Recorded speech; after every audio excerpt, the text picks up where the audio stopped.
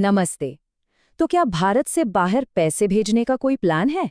अगर हाँ, तो ये तो पता ही होगा कि ये प्रोसेस कभी-कभी कितना मुश्किल हो सकता है, खासकर जब बात कागजी कार्रवाई की आती है। तो आज हम इसी प्रोसेस को थोड़ा आसान बनाएंगे और समझेंगे कि फॉर्म 15 सीए और 15 सीबी कैसे आपके इंटरनेशनल ट्रांजैक्शंस को एकदम स्मूथ बना सकते हैं। चलिए फटाफट देख लेते हैं कि आज हम क्या क्या कवर करने वाले हैं।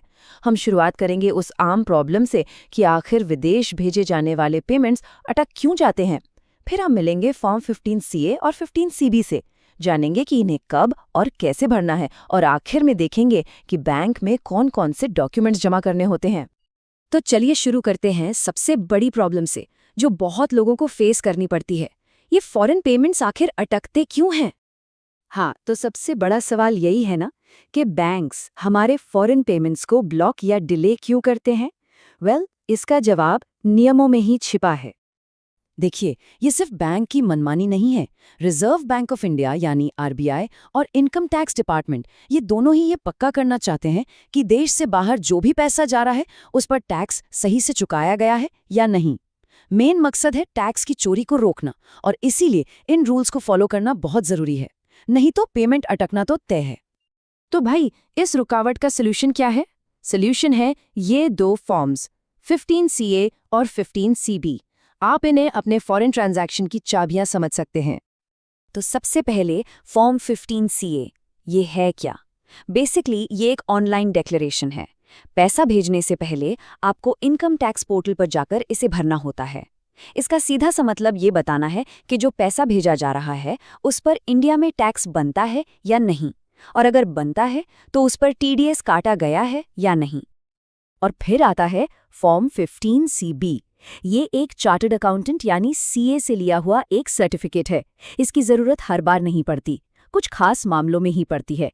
ये सर्टिफिकेट इस बात की पुष्टि करता है कि पेमेंट पर टैक्स की कैलकुलेशन और टीडीएस डिडक्शन बिल्कुल सही तरीके से हुई है। इससे इनकम टैक्स डिपार्टमेंट को एक तरह से तसल्ली हो जाती है कि हाँ, किसी प्रोफेशनल ने इस ट्रांजैक्शन को चेक कर लिया है।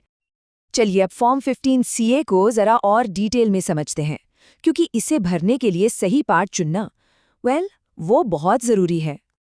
जब भी फॉर्म 15 सीए भरने की बात आती है तो एक अमाउंट है जो सबसे ज्यादा मैटर करता है, और वो है 5 लाख रुपए। यही वो लिमिट है जो डिसाइड करेगी कि आपको फॉर्म का कौन सा पार्ट भरना है। चलिए इस टेबल को समझते हैं। भाग ए तब भरना है जब पूरे फाइनेंशियल ईयर में टोटल 5 लाख रुपए तक भेज रहे हों। अगर अमाउंट 5 लाख से ज्यादा है तो भरना होगा भाग बी, और इसके लिए सीए से फॉर्म 15 सीबी भी लगेगा। भाग सी भी 5 लाख से ज्यादा के लिए है, पर यह तब लगता है जब आपके पास असेसिंग ऑफिसर का कोई ऑर्डर हो। और आखिर में है भाग डी। ये उन पेमेंट्स के लिए है जिन पर इंडिया में कोई टैक्स ही नहीं लगता।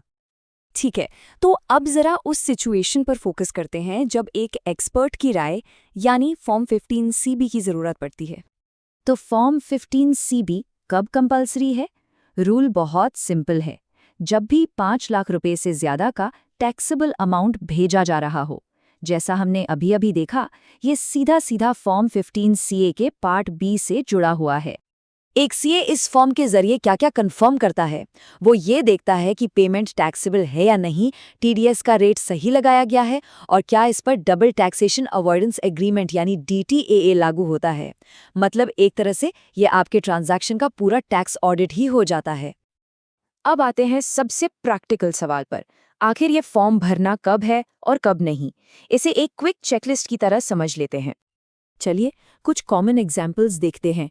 मान लीजिए किसी फॉरेन कंसल्टेंट को पेमेंट करना है, या कोई टेक्निकल सर्विस फीस देनी है, या फिर सॉफ्टवेयर लाइसेंस खरीदना है। इन सब मामलों में फॉर्म 15 सीए भरना ही पड़ेगा। दूसरी तरफ अगर आप विदेश से कोई सामान इंपोर्ट कर रहे हैं, अपनी ट्रैवल ट्रिप पर खर्च कर रहे हैं, या बच्चे की एजुकेशन फीस भेज रहे हैं, तो आमतौर पर इसकी जरूरत नहीं पड़ती। यहाँ एक और जरूरी बात, आरबीआई के रूल 37BB में एक पूरी लिस्ट दी गई है। उस लिस्ट में जो भी पेमेंट्स आते हैं उनके लिए फॉर्म 15 सीए की कोई जरूरत नहीं है। ऑलराइट, अब हम इस पूरे प्रोसेस के आखिरी स्टेप पर आ गए हैं, यानी बैंक में डॉक्यूमेंट सबमिट करना। तो स्टेप बाय स्टेप समझते हैं कि करना क्या है। सबसे पहले इनकम टैक्स पोर्टल पर जाइए और फॉर्म 15 सीए का सही पार्ट भरिए। फिर उसे ई-वेरीफाई करना होगा, या तो डिजिटल सिग्नेचर से या आधार ओटीपी से। जब फाइलिंग सक्सेसफुल हो जाए तो एक एक्नॉलेजमेंट मिलेगी, उसे डाउनलोड कर लीजिए। बस आखिर में इसी एक्नॉलेजमेंट को, और अगर ज़रूरत है तो फॉर्म 15 सीबी को अपने बैंक में जमा कर दीजिए।